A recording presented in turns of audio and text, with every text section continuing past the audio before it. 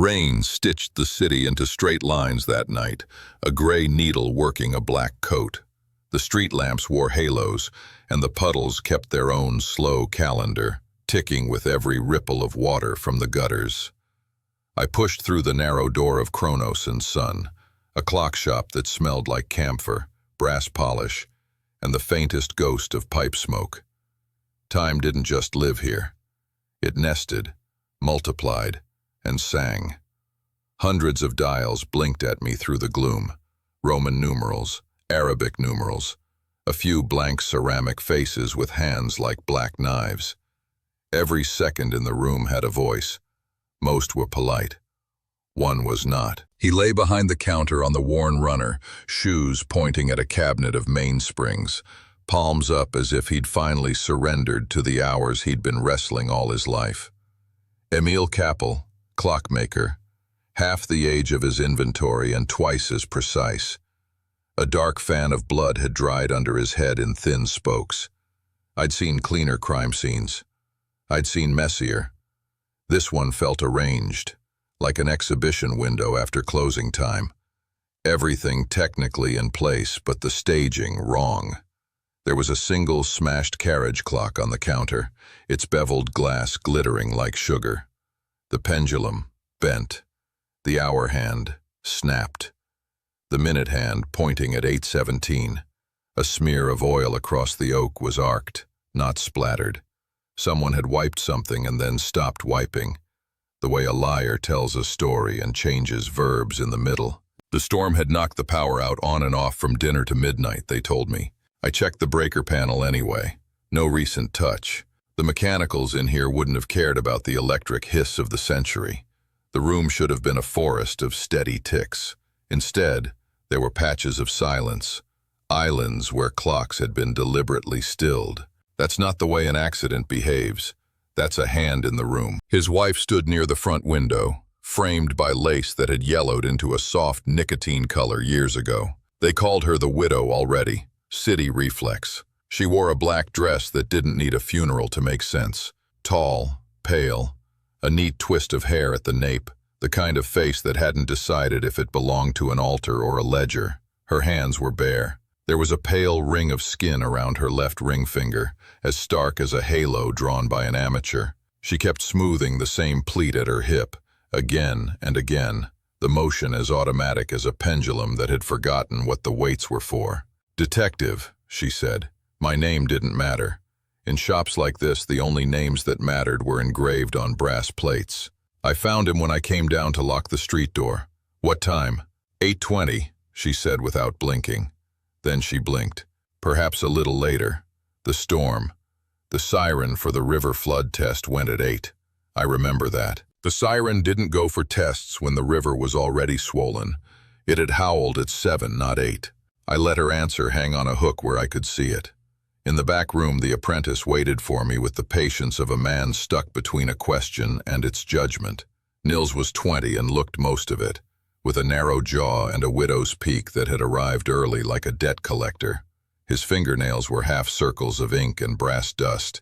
He drummed 4 fingers on the bench, index to little, back again. A harmless metronome trying to sound confident. A set of screwdrivers lay in perfect alignment except for the smallest, which had rolled a thumb width off its line toward the edge. Tiny things tell on bigger ones. "I was here," he said before I asked. "I heard the door at 7:50, maybe 8. Mrs. Kappel came down." Mr. Kappel was still alive then. I was working on the Gustav Becker regulator. The chime was lagging everything 10 minutes. I was correcting it. "Radio?" I asked, glancing at the headband around his neck. "Dead batteries," he said, too fast, then slowed the words as if he could smooth them the way you smooth a pleat. "It's been out all week." There was a battery blister pack on the shelf, torn open lengthwise. 4 slots, 3 empty. Back in the shop, I took the room like a clock takes a room, edge to center, not center to edge. The mantelpieces along the wall wore rings of dust as soft as talc. Only one had its ring smudged crisp, a lighter halo where the clock's foot had been a shade to the left before someone nudged it right.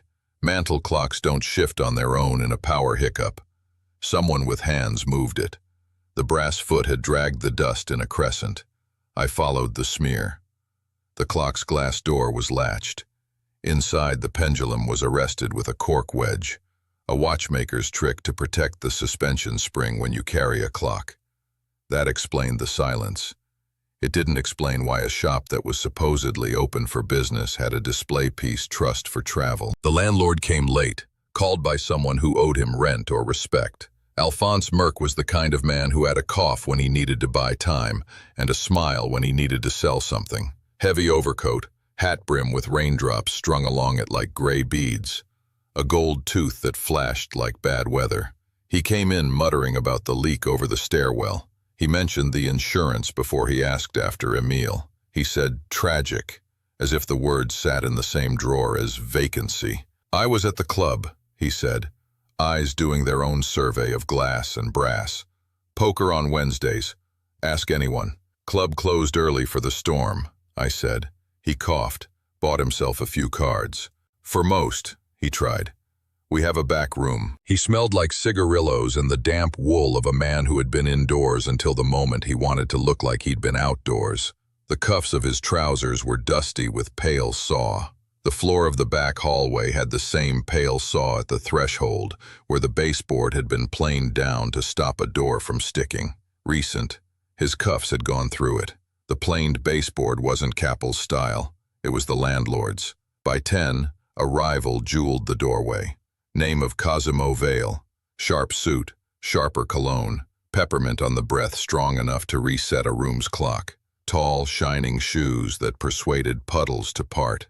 He adjusted his tie the way some men check a loaded chamber. Vale had a smile he used to cut velvet. Emile was an artisan, he said. We competed only in the sense that Michelangelo and the quarry competed. He said quarry like he was already engraving his own name on a tomb. Where were you between 7 and 9? On the 9:12 to the Capitol, he said. Buying diamonds. I can show you the ticket. The storm had stacked trains at the platforms all afternoon. The earliest that made sense leaving this city was 9:42. I didn't need to check a schedule to smell a timetable that had been written after the fact. His shoes were dry enough to be liars. The cuffs of his trousers were clean as a laboratory, but the right sole had a dark rectangle of sticky residue, a faint grit pressed into it that looked like the powdered rosin Emile used on mainsprings. Vale had been here. Whether before or after the blood fanned under Emile's head was the expensive part of the question. I took the safe for a walk with my fingertips. It was set into the wall behind a cabinet in the back office where the wallpaper had been cut with a careful razor long ago. The dial had a sheen where a thumb had lived. No signs of a crowbar. No indications of a dance with dynamite. It had been opened and closed by someone who knew the steps. The ledger inside showed a neat economy of repairs and consignments. A space on the top shelf had the polite rectangle of something that had lived there long enough to leave a mark. It was gone. The dust boundary was clean like a farmer's tan. If a thief had taken it, he didn't turn the rest of the shelf inside out looking for change. You learn a city's weather and a room's physics the same way. You listen for the lies. The first strong contradiction I found wasn't in a mouth. It was on a dial. A regulator clock against the back wall. A tall, glass-fronted case with a proud brass pendulum showed 8:17 and didn't tick, but its weight was still halfway down the track, not bottomed. If it had stopped on its own at 8:17, the weight would have been near the floor. Someone had arrested it at 8:17. You can stop a clock by pinching the pendulum, by blocking it with a cork, by lifting the anchor slightly until the pallets disengage. But this one had been stopped at the hands. The minute hand was snugged against a sliver of card wedged under the bezel. Human work, neat and purposeful. The second contradiction was livelier. A small French repeater on the middle shelf had been wound too recently. The knurl pattern on the crown left a fresh half-moon in a film of oil that was otherwise even. Dealers wind on Saturdays, collectors on Sundays, and repairmen when the job asks. Wednesday night chimes after closing? That's an out-of-rhythm prayer.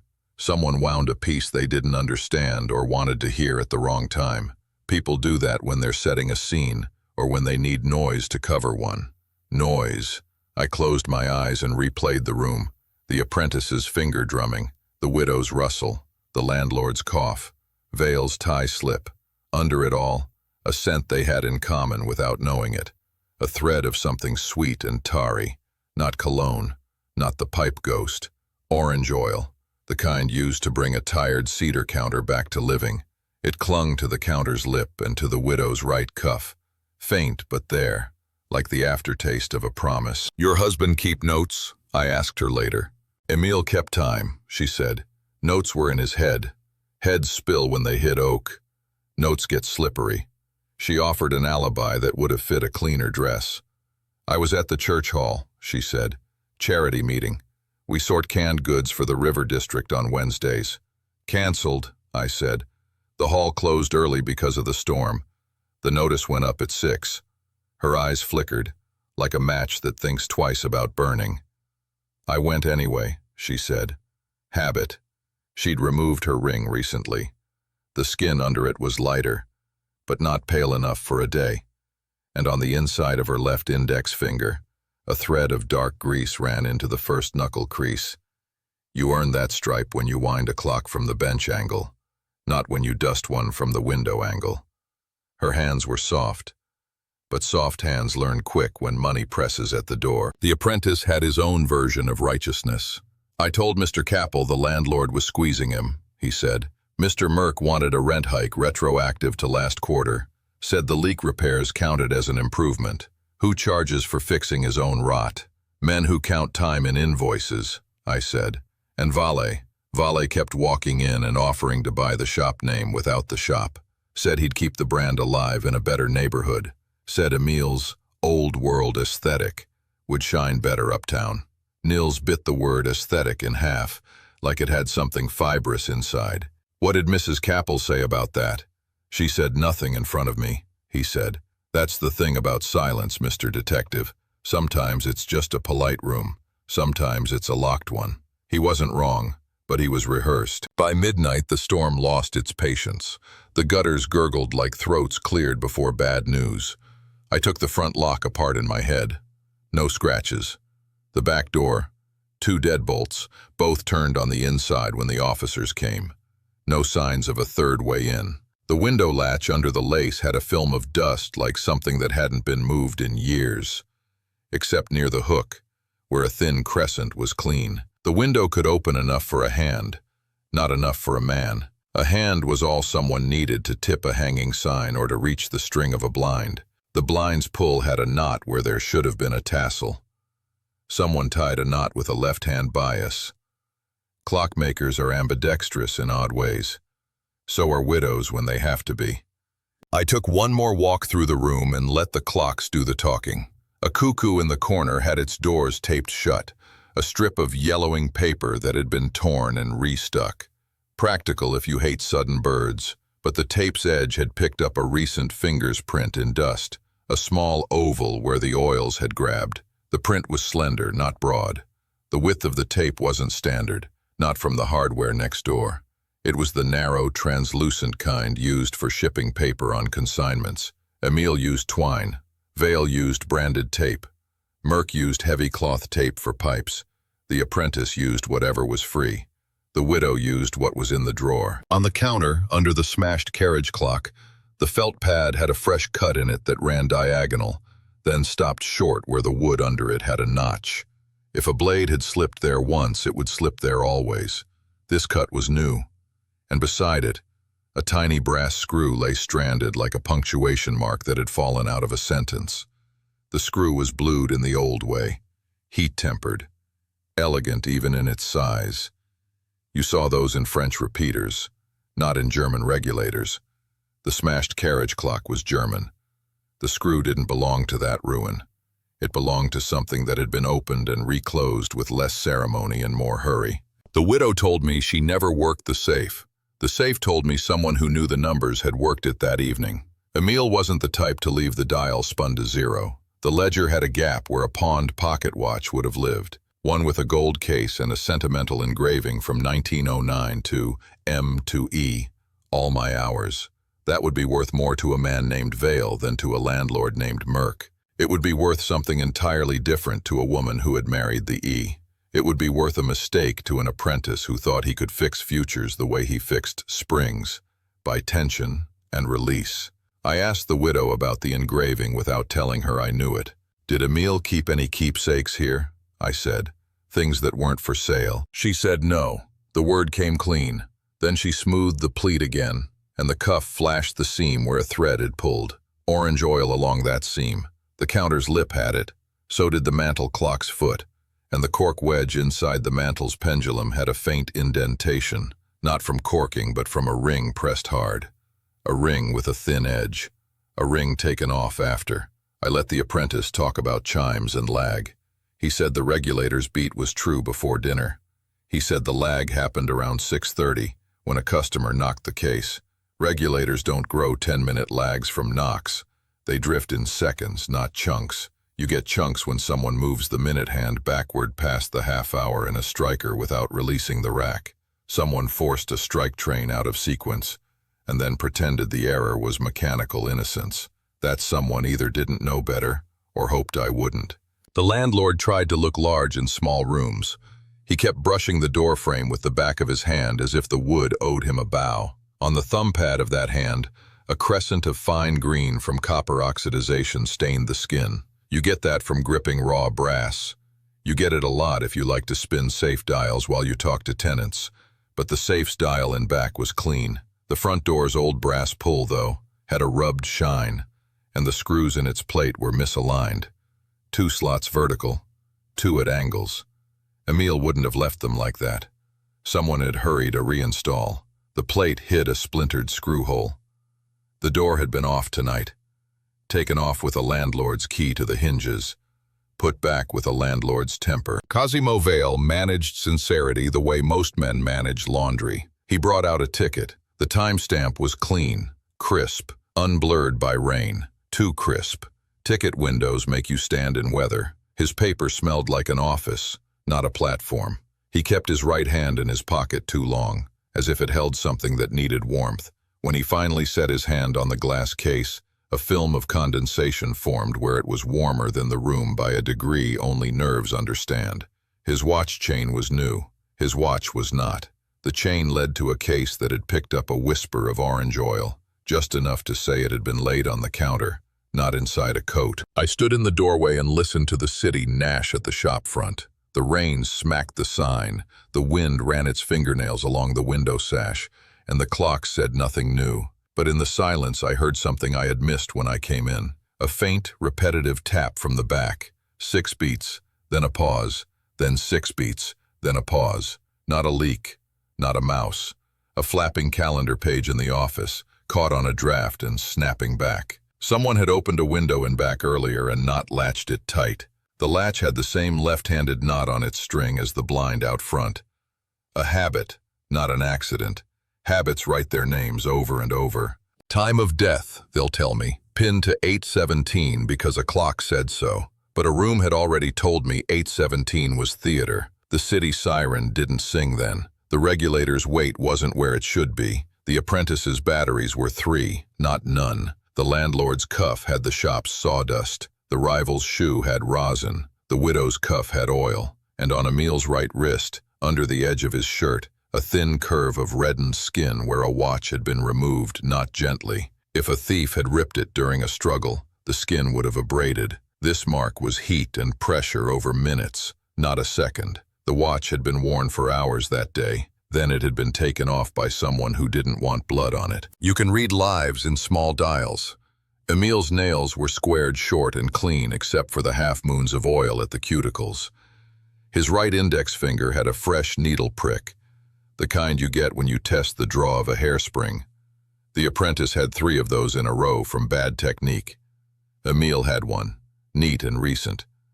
The hairspring in the smashed carriage clock wasn't kinked. The smash came after the prick. Maybe after the man. Scenes are like clocks. You don't ask them for meaning. You ask them for sequence. I'm not a preacher. I don't do morality plays. I do physics and motive. In this room, the physics said 1 man fell, and 4 stories tried to stand up in the same space. A widow smoothing a pleat and slipping a ring. An apprentice drumming a beat the clocks wouldn't. a landlord coughing up time in rented chunks, a rival jeweler buying trains with dry shoes and wet paper. Each of them had an alibi with a seam. Each had a seam with a thread. Pull the right thread, the whole garment of the evening would come apart. I stepped back to the door and looked at the mantel again. The clock with the cork wedge had a fine line of dust across its top where a rectangle had rested. A travel case for a watch would make that line. The missing ledger item would fill that case. The cork wedge had a tiny indentation at one corner shaped like a beveled ring edge. Someone had pressed down, hard, fast, to still the pendulum when they didn't know the gentler way. Fresh fingerprints smudged the inside of the glass, wider at the bottom, narrower near the hinge. Left hand. I have one rule that's never lost me money. In a room of clocks, trust the one that wasn't meant to speak. Tonight that was the short string tied to the blind. The knot was left biased. The tail end was cut with a shop shear that nicked at the cut. The apprentice's shear in back nicked similarly. The widow's kitchen scissors did not. I checked the drawer. The landlord's pocket knife cut clean. The rival's cufflinks would have made a mess of string, but the shear in back had a dab of orange oil on its screw, and the widow's cuff had orange oil, and the mantel's foot had orange oil. The oil bottle sat under the counter with its cap off, a ring of sticky at the lip, dust clinging to the spill in a constellation that said the bottle had been lifted and set down twice since the last cleaning. 2 different hands left 2 rings. One was broader, one was slender. I looked again at the smashed carriage clock and the minute hand pointing at 8:17. It was snapped cleanly, not twisted. A clean break takes leverage and a sudden movement, not panic. A staged time likes a clean number. 8:17 isn't clean. It's precise in a way that wants to look honest. The siren at 7 would have made 7 look too theatrical. 8:17 pretends to be accidental.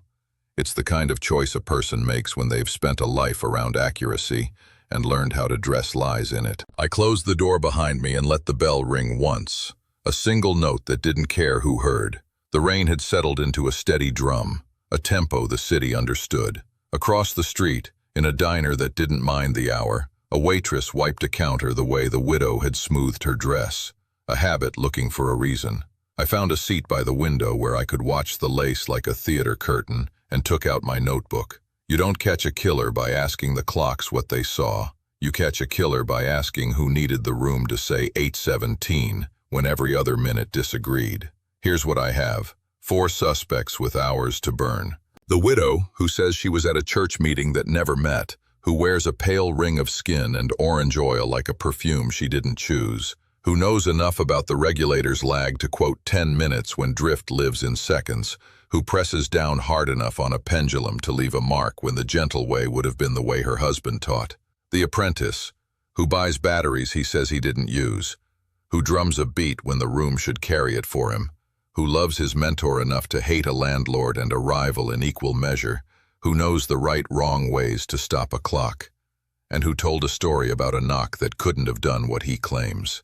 The landlord, who coughs when the truth is due, who wore the shop's sawdust on a night he shouldn't have, who can take a door off its hinges with more ease than a conscience off its hook, who talked insurance while the body warmed the floor, and who had the tools to make entry look like there was never any. The rival jeweler, who arrived dry when the world was wet, who showed a ticket that smelled like a desk and not a platform, who carried a shoe print of rosin that didn't belong in his shop, who had motive engraved in gold letters on a missing watch, and who knows how to wind a room as well as a case.